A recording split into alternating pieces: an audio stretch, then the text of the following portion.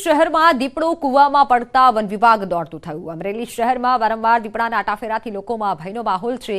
તેવામાં કૈલાસ મુક્તિધામ પાસેની વાડીના કૂવામાં એક દીપડો ખાબક્યો હોવાની ઘટના સામે આવી છે। જોકે ભારે જહેમત બાદ વન વિભાગ દ્વારા દીપડાને કૂવામાંથી બહાર કાઢવામાં આવ્યો હતો। વારંવાર સિંહ અને દીપડાઓ આ પ્રકારે માનવ વસાહતમાં આવી ચડતા લોકોમાં ભય જોવા મળી રહ્યો છે।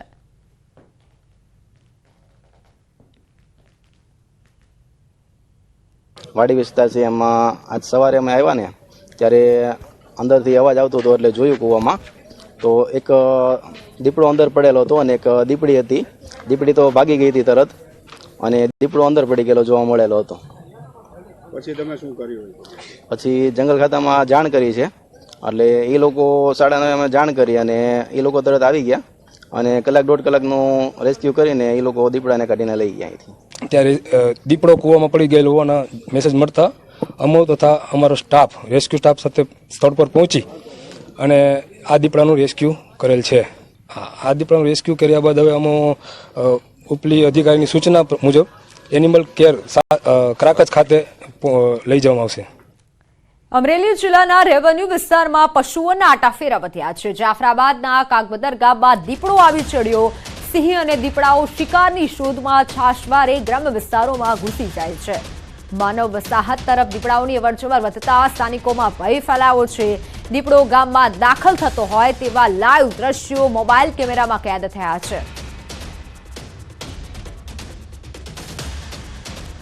જૂનાગઢના વંથલીમાં દણફુલિયા ગામમાં સિંહના આટાફેરા જોવા મળ્યા। સિંહના આટાફેરાના દ્રશ્યો સીસીટીવી કેમેરામાં કેદ થયા છે। રાત્રિના સમયે સિંહના ગામમાં આવવાથી ભયનો માહોલ ફેલાયો છે। સિંહ દેખાતા શ્વાનોમાં દોડધામ મચી હતી। તાજેતરમાં ધણફુલિયા ગામમાં સિંહે પાલતુ પશુનું મારણ કર્યાનો બનાવ પણ બન્યો હતો। ગામમાં વારંવાર સિંહ અને દીપડાના આટાફેરાથી સ્થાનિકોમાં ફફડાટ ફેલાયો છે। સ્થાનિકો દીપડાને પકડવા વન વિભાગ પાસે માંગ કરી રહ્યા છે। જીમ જતા લોકો માટે ચેતવણીરૂપ કિસ્સો સામે આવ્યો છે। અમદાવાદમાં જીમ કરતા એક યુવક નીચે ઢળી પડ્યો। શહેરના પોશ વિસ્તારમાં ઘટના બની। યુવકને જીમ કરતા ચક્કર આવી ગયા અને તે બેહોશ થઈ ગયો। જીમના સ્ટાફે તાત્કાલિક યુવકની મદદ કરી હતી। જોકે હાલ યુવકની તબિયત સ્થિર છે। ઘટનામાં કોઈ જાનહાનિ થઈ નથી। સાબરકાંઠાના હિંમતનગરમાં કાર ચોરો બેફામ બન્યા છે। મહેતાપુરામાં ઇકો ગાડીની ચોરી થઈ। બ્રહ્માણીનગરમાં રાત્રિ દરમિયાન પાર્ક કરેલી ગાડીની ચોરી થઈ।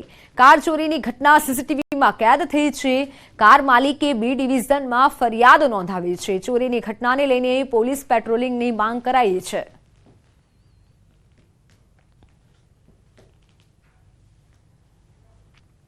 દ્વારકામાં આંતરરાજ્ય કિંગ ગેંગ ઝડપાયું છે। કિંગ ગેંગના 4 લોકોને એલસીબીએ મધ્યપ્રદેશના ધારથી પકડી 14 જેટલા ચોરીના ગુનાઓનો ભેદ ઉકેલવામાં આવ્યો। સોનાના દાગીના અને વાહનો સહિત કુલ 3,23,000થી વધુનો મુદ્દામાલ જપ્ત કરાયો। કિંગ ગેંગ સાથે સંકળાયેલ અન્ય 10 આરોપીને પકડવા માટે પોલીસે તપાસ હાથ ધરી છે।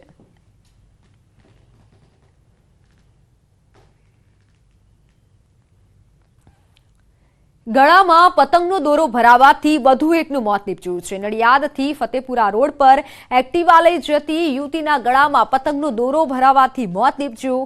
25 વર્ષીય મયુરી સરગરા ફ્લેટના કામ બતાવી અને ઘરે પરત ફરી રહી હતી। તે દરમિયાન ચાલુ વાહને ગળામાં દોરો ભરાઈ જતા ગળું કપાતા જમીન પર ઢળી પડી। તાત્કાલિક આસપાસના લોકોએ તેને હોસ્પિટલ ખસેડતા ત્યાં તેમનું કરુણ મોત નીપજ્યું। જુવાન દીકરીના મોતથી પરિવાર અત્યારે ઘેરા આઘાતમાં છે। ઉત્તરાયણ પહેલા જ 1.5 માસમાં પતંગના દોરાથી ગળું કપાવવાની આ બીજી ઘટના ઘટી છે। પોલીસે હાલ સમગ્ર મુદ્દે તપાસ હાથ ધરી છે।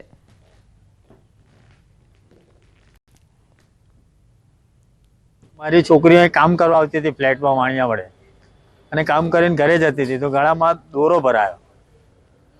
દોરો ભરાયો એટલે ખાસું ચાલી પછી પડી ગઈ। પડી એટલે બ્લડ બહુ નીકળ્યું કે લોકો જોઈને નાસી ગયા। કશું સાધન આવ્યું નહીં અને ખાસી અડધો કલાક જેવી ત્યાં તરફડી। એ યુવતી 2 વ્હીલર લઈને જતી હશે અને એને રસ્તામાં પતંગના દોરાથી ગળું કપાયું અને પછી બધા રિક્ષામાં લઈ આવ્યા। એને તાત્કાલિક ઘણું બધું લોહી ગયું હતું એટલે ઓપરેશન થિયેટરમાં શિફ્ટ કરી પણ એ પહેલાં બિચારીનો જીવ જતો રહ્યો હતો. દાહોદ શહેરમાં જીએસટી વિભાગના દરોડા. કાપડના વેપારીની દુકાનમાં દરોડા પાડવામાં આવ્યા. લાખોની જીએસટી ચોરી પકડાય તેવી શક્યતા છે. શહેરના દર્પણ રોડ પર આવેલ કાપડના વેપારીની દુકાનમાં દરોડા પાડવામાં આવ્યા. રાધેકૃષ્ણ ગાર્મેન્ટ્સમાં દરોડા પડ્યા. આખી રાત સર્ચ ઓપરેશન ચાલ્યું. લાખોની જીએસટી ચોરી પકડાય તેવી હાલ શક્યતા બહાર આવી છે.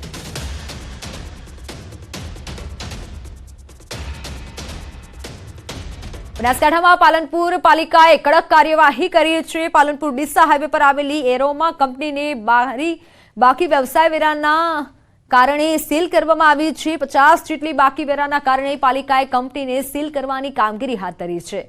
અનેકવાર જાણ કરવા છતાં વેરાની ભરપાઈ ન કરાતા આખરે પાલિકાએ લાલનાક કરી છે.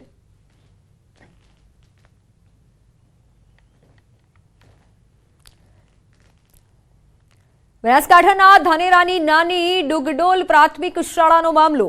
મધ્યાહન ભોજન બાદ કેટલાક બાળકોની જીભ પડી કાળી.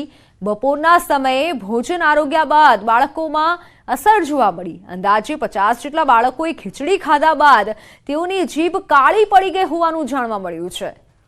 હાલ કયા કારણોસર આ જીભ કાળી પડી તે એક તપાસનો વિષય છે અને તપાસ પણ કરવામાં આવી રહી છે. પરંતુ ડુગડોલ શાળામાં આ ચોંકાવનારી ઘટના સામે આવી છે. બાળકોએ મધ્યાહન ભોજન આરોગ્યા બાદ બાળકોની જીભ કાળી પડી ગઈ.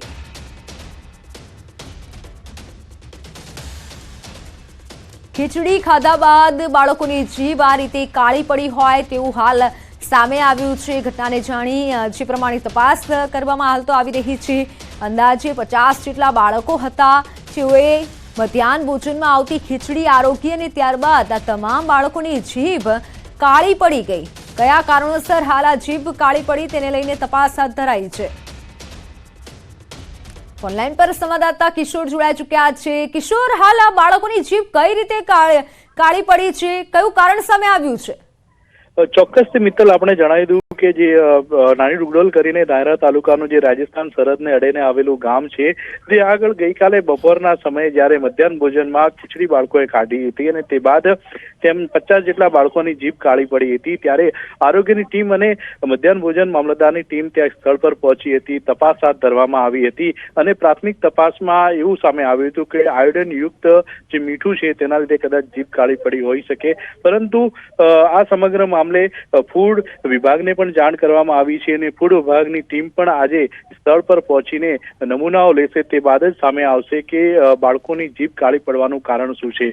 પરંતુ મહત્વની વાત તો એ છે તમામ બાળકોની જે તબિયત છે તે તબિયત અત્યારે તો સારી છે. મિત્તલ, બિલકુલ કિશોર, આભાર માહિતી બદલ. અંદાજિત 50 જેટલા બાળકોની જીભ આ રીતે કાળી પડી ગઈ છે. જોકે અનેક સવાલો ઉઠી ગયા છે. જે રીતે બાળકોની હાલત તો અત્યારે સ્થિર છે, પરંતુ આરોગ્ય વિભાગની ટીમ પણ ઘટના સ્થળે પહોંચી છે.